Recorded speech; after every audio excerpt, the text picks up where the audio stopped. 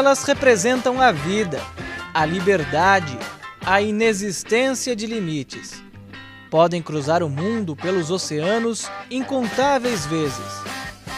Elas chamam a atenção pela beleza, exuberância que pode perdurar por mais de um século. A natureza deu às tartarugas marinhas a vida que qualquer ser humano sonharia ter, mas a ação do homem está tirando delas tudo isso que a natureza lhes deu de presente. As 7 espécies de tartarugas marinhas existentes no planeta correm o risco de entrar em extinção. E os únicos que podem evitar que isso aconteça somos nós.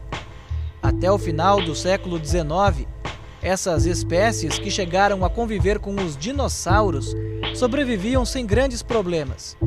Mas com o expressivo aumento da poluição das águas e o imenso crescimento do número de embarcações marítimas e da atividade pesqueira a partir do século XX, o ecossistema das tartarugas passou a ser radicalmente afetado.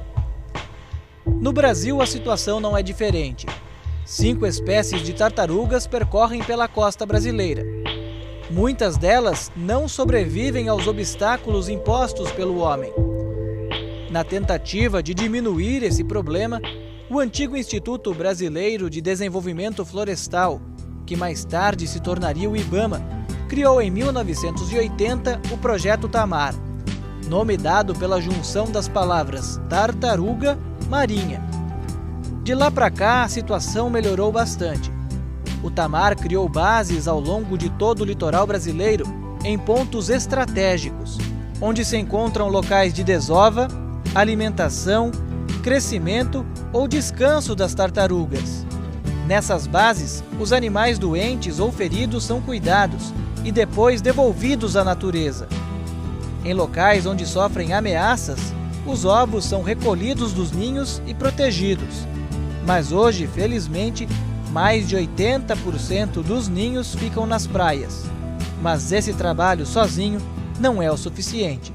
O envolvimento é fundamental, é parte importante do programa de conservação, especialmente os pescadores, que são as pessoas que lidam com a tartaruga diariamente, né? O pescador põe a rede, captura a tartaruga acidentalmente e avisa ao Tamar essas capturas. Então, esse é o primeiro parceiro fundamental do programa de conservação, é o pescador, e que tem colaborado cada vez mais com o Tamar no Brasil todo.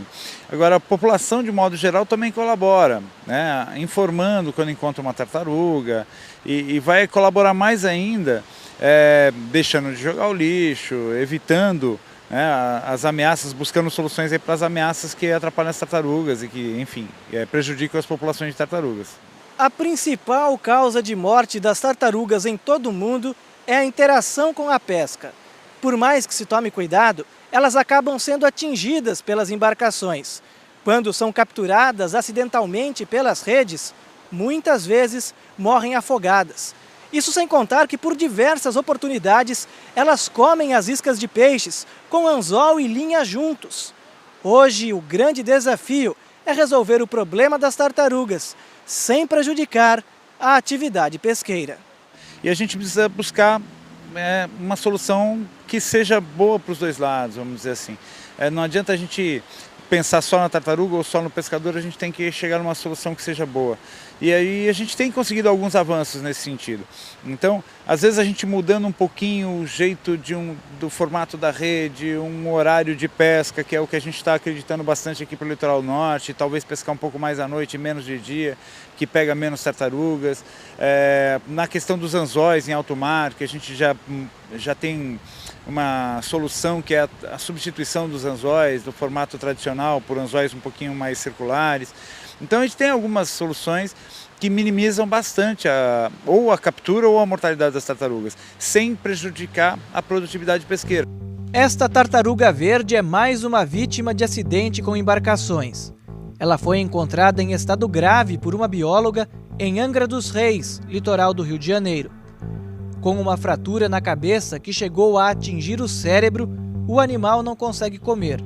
Por isso está se alimentando por soro.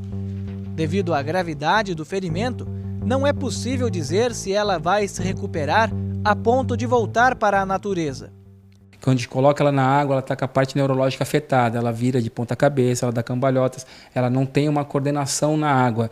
Então, o prognóstico dela ainda é muito reservado, vai depender muito do estado neurológico dela. Esta outra tartaruga, da espécie cabeçuda, também é vítima de interação com a pesca.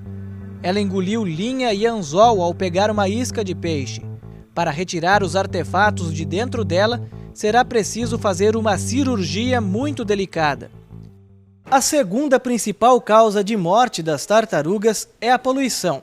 Isto porque elas acabam comendo o lixo na hora que vão se alimentar. Aqui, por exemplo, é o resultado de uma necrópsia de uma única tartaruga, de aproximadamente 30 centímetros. Olha só a quantidade de lixo que ela ingeriu. Aqui nessa caixa, nós temos o resultado de várias necrópsias feitas pelo Tamar de tartarugas que já foram resgatadas pelo projeto.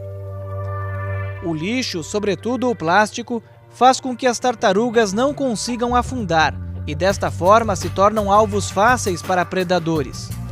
Algumas, como é o caso desta, ficam com o corpo desequilibrado.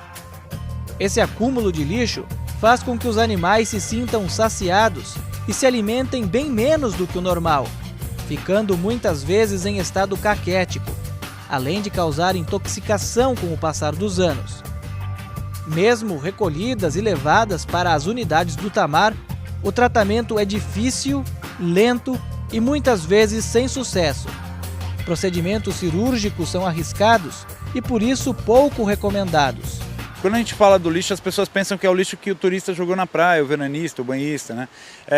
E não é só esse lixo que a gente encontra nas tartarugas. A gente encontra pedaços de plástico, de lixo doméstico, coisas que as pessoas deviam ter jogado, acondicionado de uma forma adequada no lixo, na coleta urbana, e não acontece. Isso no município do litoral ou não, isso pode acontecer no interior do país.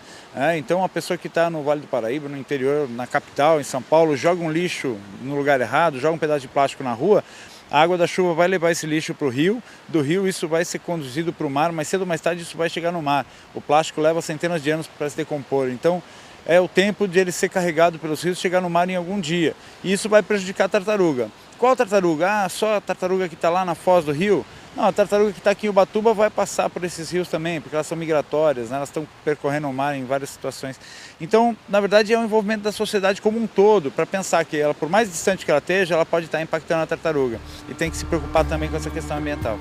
Ainda não há comprovação científica, mas existem muitos indícios de que a poluição das águas também possa ser responsável pelo desenvolvimento de uma doença chamada fibropapilomatose, uma espécie de tumor que cresce na pele das tartarugas, patologia nunca vista antes da década de 30.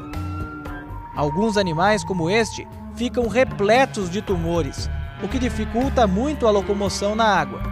O único tratamento é cirúrgico, mas não há garantia de que os tumores não voltarão a aparecer. Ela pode aparecer novamente fibropapiloma, como pode não aparecer. Então é muito duvidoso ainda esse tratamento. Mas mesmo diante de tantos problemas, o Projeto Tamar tem conseguido salvar muitas tartarugas, com a ajuda de pescadores, comunidades e turistas. Uma das unidades mais atuantes é esta, que fica em Ubatuba, no litoral de São Paulo. A região, que tem uma das maiores reservas de Mata Atlântica do estado, é a área de alimentação das tartarugas verde e de pente. Espécies como cabeçuda, oliva e gigante também podem ser encontradas na região em alto mar. Hoje, felizmente, existe uma boa integração entre pescadores e ambientalistas na luta pela preservação das tartarugas, mas ainda assim ocorrem alguns acidentes. Esta tartaruga verde feriu as nadadeiras ao se enroscar numa rede de pesca. Foi trazida pelos pescadores para o projeto para se recuperar. Depois de 2 semanas de tratamento, recebeu a marca que a identifica como já tendo passado pelo Tamar. E depois de todas as medições feitas pelos profissionais do projeto, finalmente voltou para o oceano.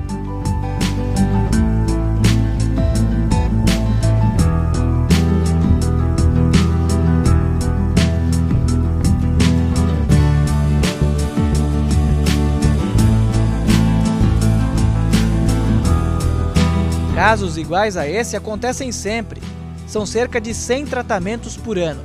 E desde 1991, mais de 10.000 tartarugas já foram marcadas pelo tamar de Ubatuba.